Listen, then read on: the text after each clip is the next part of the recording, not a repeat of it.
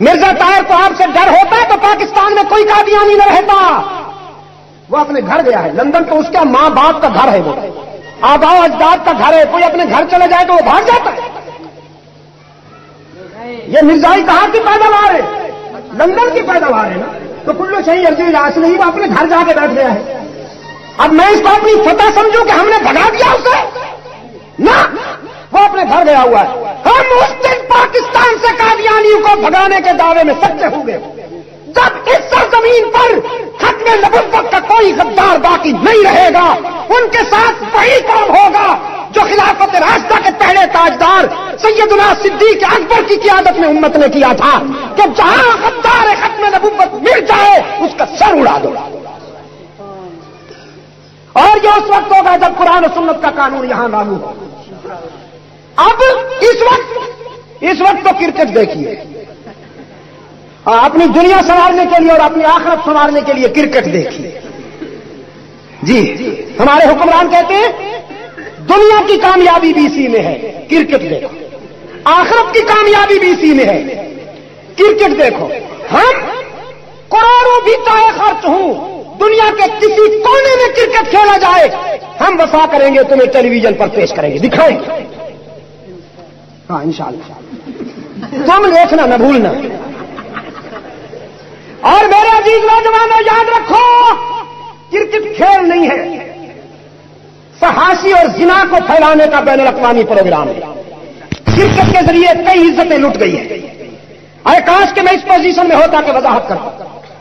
Cricket کے ذریعے کئی بچیوں کی عزتیں لٹ گئی. جو بچے بے حیائی اور بے شرمی کے گر نہیں جانتے تھے, کرکٹ کے کھیل نے ان کو گر بتا دیا. یہی تو وجہ ہے کہ ساری طوائفیں کرکٹ دیکھنے کے لیے جمع ہو جاتی ہیں. اور اس میں مردانگی کون سی ہے, شجاعت کون سی ہے, بہادری کون سی ہے؟ بین الاقوامی لفنگے مشکوک النسل, وہ گیند اٹھا لیتے ہیں, کبھی آگے رگڑتے ہیں کبھی پیچھے رگڑتے ہیں, اور حرام کی جنس کو لطف آتا ہے. گندے کردار والے مرد اور غلیظ کردار والے عورتیں بڑی دلچسپی سے دیکھتی ہیں, کیونکہ وہ گیند رگڑتے ہی ایسی جگہ پر ہیں. کرکٹ دکھائی جا رہی ہے پوری قوم کو, ان کے شرم و حیا کا جنازہ اٹھانے کے. تو میں آپ سے یہ کہنا چاہتا ہوں, اپنے اسلاف کی روایات کو نہ بھولنا, اپنے آبا و اجداد کے سچے بیٹے ثابت ہونا, چاہے کچھ ہو جائے. لیکن انگریز کی سیاست سے, انگریز کی تہذیب سے, انگریز کے تمدن سے کبھی سمجھوتا نہ کرنا. محمد سے وفا کرنے کا عزم کر کے رکھو.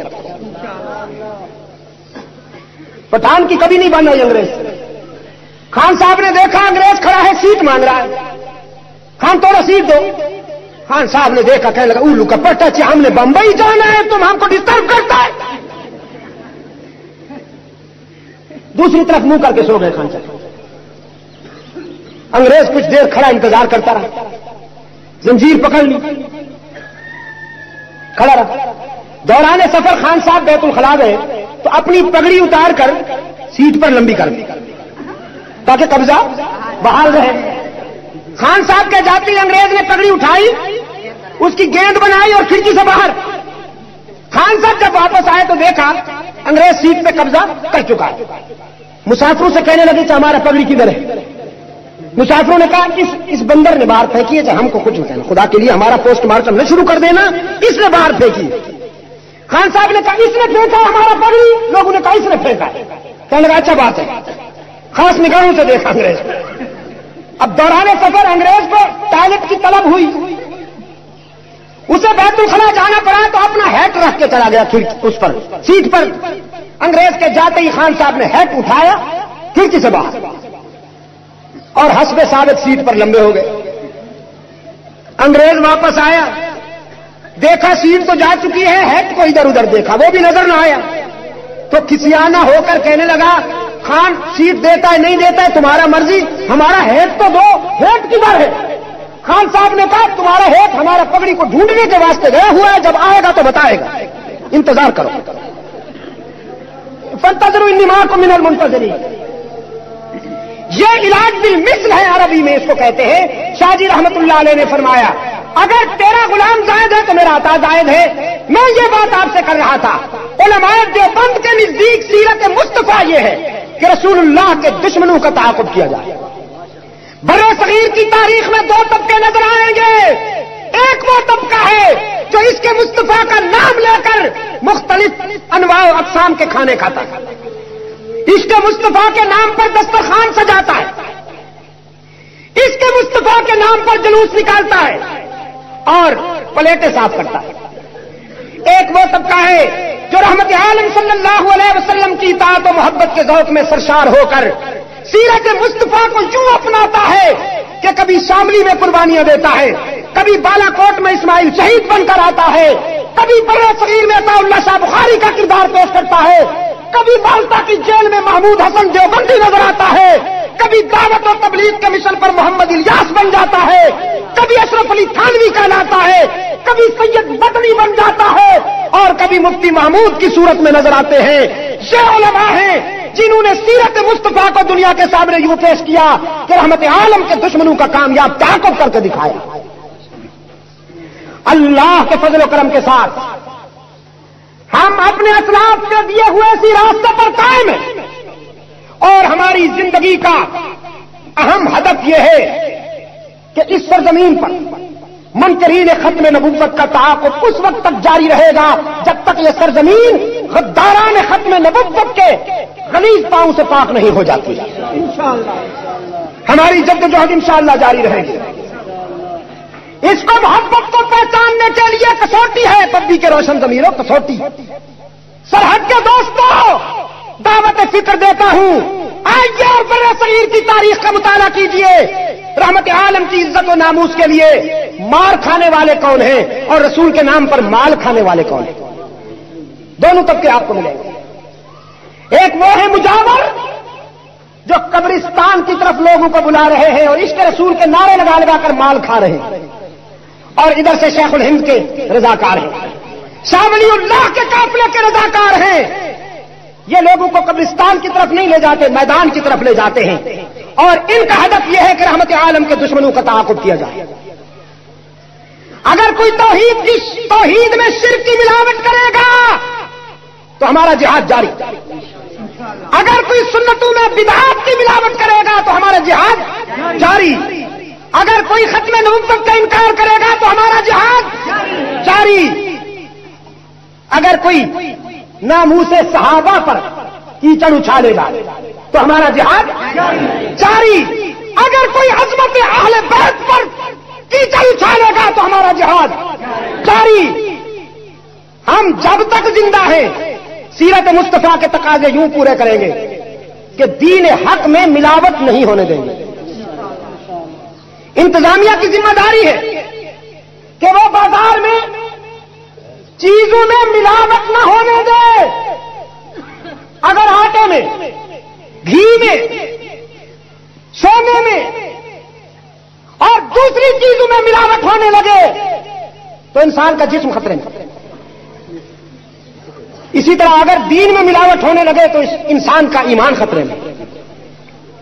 کھانے پینے کی چیزوں میں اگر ملاوٹ ہو تو انسان کی جان خطرے میں، اور دین میں ملاوٹ ہو تو انسان کا ایمان خطرے میں۔ انتظامیہ کا فرض یہ ہے کہ وہ کھانے پینے کی چیزوں میں ملاوٹ نہ ہونے دے، علماء دیوبند کا فرض یہ ہے کہ وہ دین کی سچائیوں میں ملاوٹ نہ ہونے دے۔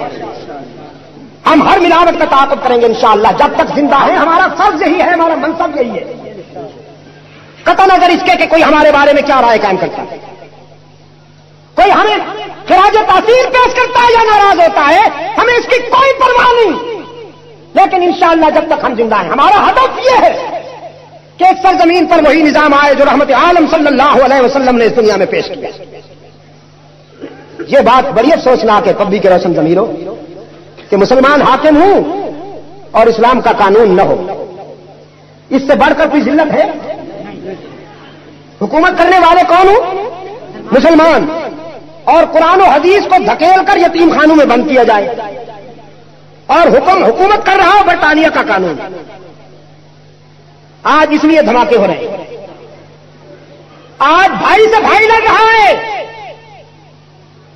اللہ کے گھر میں کہتا ہوں سرحد کے روشن ضمیروں، اتنی بے تکلفی سے ہندو انڈیا میں مسلمانوں کو آگ میں نہیں ڈال دیتے جتنی بے تکلفی سے کراچی میں مسلمانوں نے مسلمانوں کو آگ میں ڈال دیا. میں نے سول اسپتال میں جا کر 12 لاشیں اپنی آنکھوں سے دیکھی ہیں کراچی میں، جن کو پہچانا نہیں جا سکتا تھا کہ یہ مرد ہیں یا عورت ہیں، جوان ہیں یا بوڑھے ہیں، یہ مہاجر ہیں یا پٹھان ہیں، پنجابی ہیں یا بلوچ ہیں، سندھی ہیں یا غیر سندھی ہیں، کوئی پہچانا نہیں جا سکتا تھا. بس اتنا پتہ چلتا تھا کہ مسلمان ہیں اور مسلمانوں کے ہاتھوں سے جل کے آئے ہیں. کیوں؟ قرآن پاک نے فرمایا ضرب اللہ مثلا قریۃ کانت آمنۃ مطمئنہ. اختتامیہ ضرب اللہ مثلا قریۃ کانت آمنۃ مطمئنہ یأتیہا رزقہا رغدا من کل مکان فکفرت بانعم اللہ فاذاقہا اللہ لباس الجوع والخوف بما كانوا يصنعون. حق تعالی نے فرمایا ہم اس بستی کی مثال دیتے ہیں جس بستی کے رہنے والے ہم سے وفا کرتے تھے اور ہم بھی ان کی وفاؤں پر جزا دیتے تھے. ہم نے اس بستی کو امن عطا کیا، سکون عطا کیا، اطمینان عطا کیا، اور اس بستی کے رہنے والوں کو ہر طرف سے رزق کی فراوانی تھی. وہ آگے تھے، رزق ان کے پیچھے دوڑتا تھا، کوئی خوف اور ڈر نہیں تھا، اتحاد و اتفاق تھا، محبت تھی، اخوت تھی، مودت تھی، اور آپس میں چاہت و ایثار و ہمدردی تھی. لیکن پھر ان کی بدنصیبی کا دور آیا. فکفرت بانعم اللہ، انہوں نے اللہ کی نعمتوں اور اس کے کرم پر اور اس کی مہربانیوں پر کفران کرنا شروع کیا، تکبر کرنا شروع کیا. رب العالمین نے فرمایا فاذاقہا اللہ لباس الجوع والخوف. پہلے رزق کی فراوانی تھی، اب جب انہوں نے نافرمانی کا راستہ اختیار کیا، تکبر کا راستہ اختیار کیا، غرور کا راستہ اختیار کیا، رب العالمین نے فرمایا ہم نے بھی انہیں ان کے حال پہ چھوڑ دیا. پہلے رزق کی فراوانی تھی، اب بے سر و سامانی کا دور آیا. پہلے رزق ان کے پیچھے دوڑتا تھا، اب یہ رزق کے پیچھے دوڑنے لگے. پہلے اطمینان تھا، پھر خوف مسلط ہو گیا. پہلے متفق تھے، پھر منتشر ہونے لگے. پہلے ایک دوسرے پر جان نچھاور کرتے تھے، پھر ایک دوسرے کی جان لینے لگے. پہلے ایک دوسرے پر خون دینے والے تھے، پھر ایک دوسرے کے خون کے پیاسے ہو گئے. الہ العالمین ایسا کیوں ہوا؟ فرمایا بما كانوا يصنعون، جو انہوں نے کرتوت کیے تھے انہی کرتوتوں کا یہی نتیجہ برآمد ہوا. 40 سال تک منافقت کی چکی چلتی رہی. سیرت کانفرنسیں ہوئی، کرائے کے مولویوں کو بلا کر ان سے مقالے پڑھوائے گئے. کوئی ایک بھی تو ایسا باز امیر مولوی نہ گیا جو سرکاری سیرت کانفرنس میں کہے تم کیوں ہم سے مقالے پڑھواتے ہو؟ تم تو اس پوزیشن میں ہو کہ تم اعلان کر دو کل سے اس دھرتی پر برطانیہ کا قانون نہیں ہوگا، کل سے اس سرزمین پر محمد کے قانون کی حکمرانی ہوگی. یہ حکمران کر سکتے تھے کہ نہیں کر سکتے؟ کر سکتے تھے، لیکن نہیں کیا. 40 سال تک منافقت تھی. بھٹو نے اتنا سوشلزم کو بدنام نہیں کیا تھا جتنا انہوں نے اسلام کو بدنام کیا. ہر ظلم اسلام کے نام پر، ہر زیادتی اسلام کے نام پر، ہر خباثت اسلام کے نام پر. مولویوں کو بھی تمغے دیتے ہیں، طوائفوں کو بھی تمغے دیتے ہیں. جی مولویوں کو بھی ایوارڈ دیتے ہیں اور تبلا سرنگی بجانے والوں کو بھی. اور ان مولویوں کے ظرف کو بھی میں سلام کرتا ہوں، شاباش.